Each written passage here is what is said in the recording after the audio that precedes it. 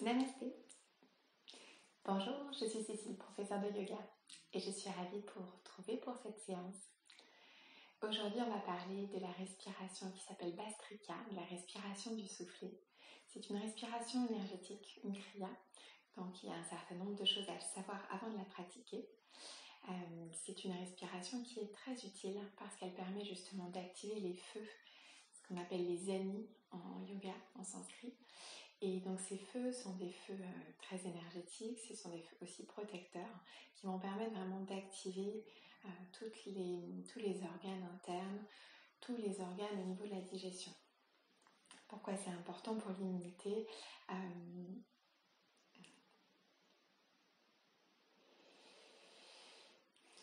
Donc Bhastrika, c'est une respiration énergétique, une kriya. Bhastrika, c'est une respiration énergétique, on appelle ça une kriya, et ça permet justement d'activer les feux intérieurs et de venir justement retrouver de l'énergie au niveau de sa base. Donc on va activer tout ce qui est énergie qui vient du ventre, donc on va travailler sur les premiers chakras, et justement ça va nous redonner beaucoup de force, beaucoup d'énergie, et surtout ça va aussi booster notre immunité. Pourquoi ? Parce que justement l'immunité se trouve en grande partie dans notre ventre. Il est dit maintenant par les spécialistes que 80% de l'immunité se trouve au niveau du côlon, dans le gros intestin. Et donc justement ces respirations énergétiques qui vont venir travailler l'énergie du ventre vont être très bénéfiques pour retrouver une bonne santé et pour assurer aussi justement une vitalité continue. Donc vous allez le voir, cette respiration va sans doute avoir des effets sur vous, donc vous allez trouver plus d'énergie, vous allez aussi peut-être avoir votre digestion améliorée et vous sentir tout simplement plus vivant, plus fort. Et effectivement, ces respirations ont vraiment un effet très fort sur la vitalité. Donc, comme c'est une kriya et justement une respiration énergétique, il y a un certain nombre de contre-indications et c'est très important de les connaître pour ne pas la faire quand on est dans ces situations-là. Si jamais, de toute façon, vous savez qu'avant de pratiquer le yoga, c'est toujours mieux d'en parler à votre médecin, savoir si vous pouvez pratiquer et quel type de yoga vous pouvez pratiquer. Donc, Bhastrika, c'est une respiration très énergétique au niveau du ventre. Donc, elle va être déconseillée à toutes les personnes qui ont justement des problématiques de ventre fort.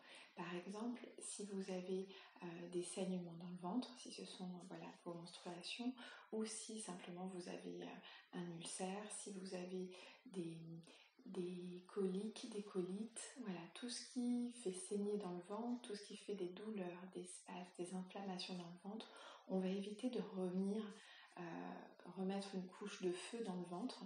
Donc pour ces personnes-là, je vous inviterai plutôt à faire une respiration très douce, une respiration complète par exemple. Vous pouvez faire une respiration abdominale, mais une respiration douce qui va justement amener plutôt de la douceur et de la fluidité dans le ventre. D'autres contre-indications, ça va être les problèmes cardiaques, les problèmes de tension, où là aussi on va être plutôt sur des respirations qui vont venir apaiser plutôt que vivifier. Et globalement sur Bhastrika, moi ce que je vous recommanderais, c'est de commencer à faire la respiration de manière douce et vous verrez ensuite si vous pouvez aller plus loin ou pas.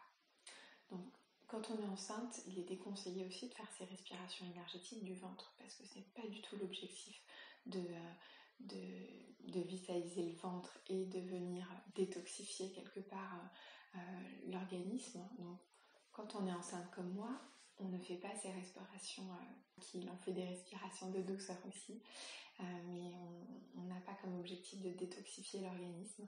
Donc moi je vais vous guider à la voix, c'est ce que je fais aussi pendant mes cours, je n'ai pas besoin de faire pour vous guider, et donc je vais vous guider dans cette respiration de Bhastrika. Okay ? Si jamais vous avez un doute, ce que je vous conseille comme toujours, c'est de la prendre de manière très douce, donc vous ferez un rythme très doux. Et si ça va, vous pourrez accélérer un petit peu, en faisant attention aux effets que ça a sur vous dans la journée.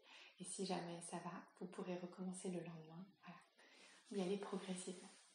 Donc pour commencer, en termes d'accessoires, il vous faut une assise confortable. Donc si vous avez un tapis de yoga, c'est super. Si vous n'en avez pas, c'est pas grave. un soutien pour les hanches. Donc moi j'ai choisi une petite brique comme celle-là, mais vous pouvez avoir un coussin ou autre chose si vous êtes nu. Voilà, l'idée c'est d'avoir le bassin confortablement installé et le ventre dégagé. D'accord, faites attention si vous êtes assis sur une chaise, c'est possible que vous soyez un peu plus coincé au niveau du ventre. Donc si possible, vos genoux sont sous le bassin. Prenez une assise confortable. Donc moi j'ai choisi cette assise. Vous pouvez avoir les jambes croisées, vous pouvez avoir les jambes en lotus. Ça c'est vraiment en fonction de vos aptitudes. Trouvez simplement une assise confortable. Vous pouvez avoir les genoux sous le bassin. Ok. Quand vous êtes dans votre assise, tendez les bras pour étirer la colonne. Donc les mains peuvent être vers le ciel, elles peuvent être sur les genoux si c'est plus confortable pour vous. Ça peut vous donner aussi un peu plus de force d'avoir les mains posées paume contre les genoux. Fermez les yeux et revenez dans votre respiration.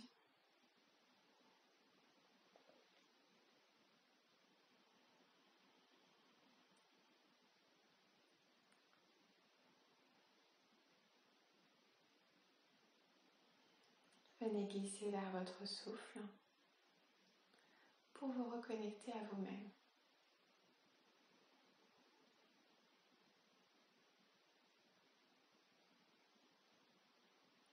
Et sans forcément changer la respiration, juste venez glisser en vous.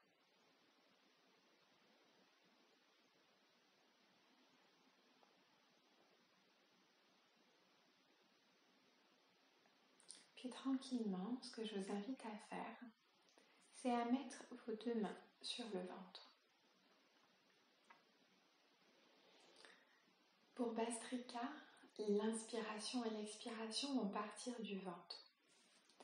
Donc vous allez commencer par sentir que vous allez inspirer et expirer par le ventre, comme si vous aviez un ballon dans le ventre. Donc inspirez, gonflez votre ballon, et à l'expiration, videz votre ballon.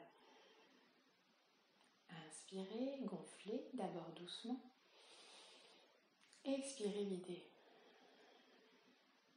Continuez pour quelques respirations, inspirez, gonflez votre ballon, expirez, videz. Et puis vous allez accélérer ce mouvement en inspirant et en vidant, en dégonflant votre ballon de plus en plus vite. Je vais faire le bruit, mais moi-même je ne vais pas le faire comme je vous ai dit parce que je suis enceinte, mais vous pouvez accélérer.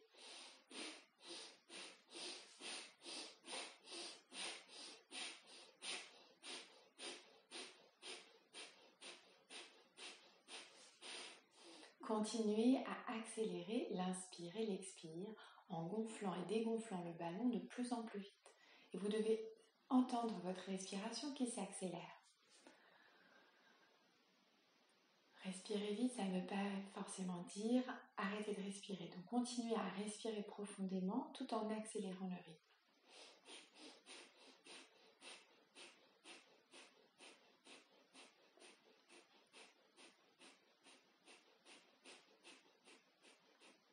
Et sentez le feu qui monte en vous. En continuant cette respiration rapide où vous gonflez et vous dégonflez comme un soufflet, comme si vous veniez vraiment souffler un ballon en vous qui active complètement l'énergie du ventre. Et puis quand c'est le moment pour vous, au bout de 30 secondes ou peut-être une minute, relâchez et revenez à une respiration normale. Puis relâchez les mains sur les genoux, prenez le temps. Et après ce pranayama, je vous invite vraiment à rester bien en vous et observer les sensations dans le corps, en particulier dans le ventre, dans le thorax et peut-être jusque dans la tête, entre les deux yeux. Observez ce qui a changé en vous, peut-être vous sentir un peu plus de chaleur dans votre corps, c'est bien possible.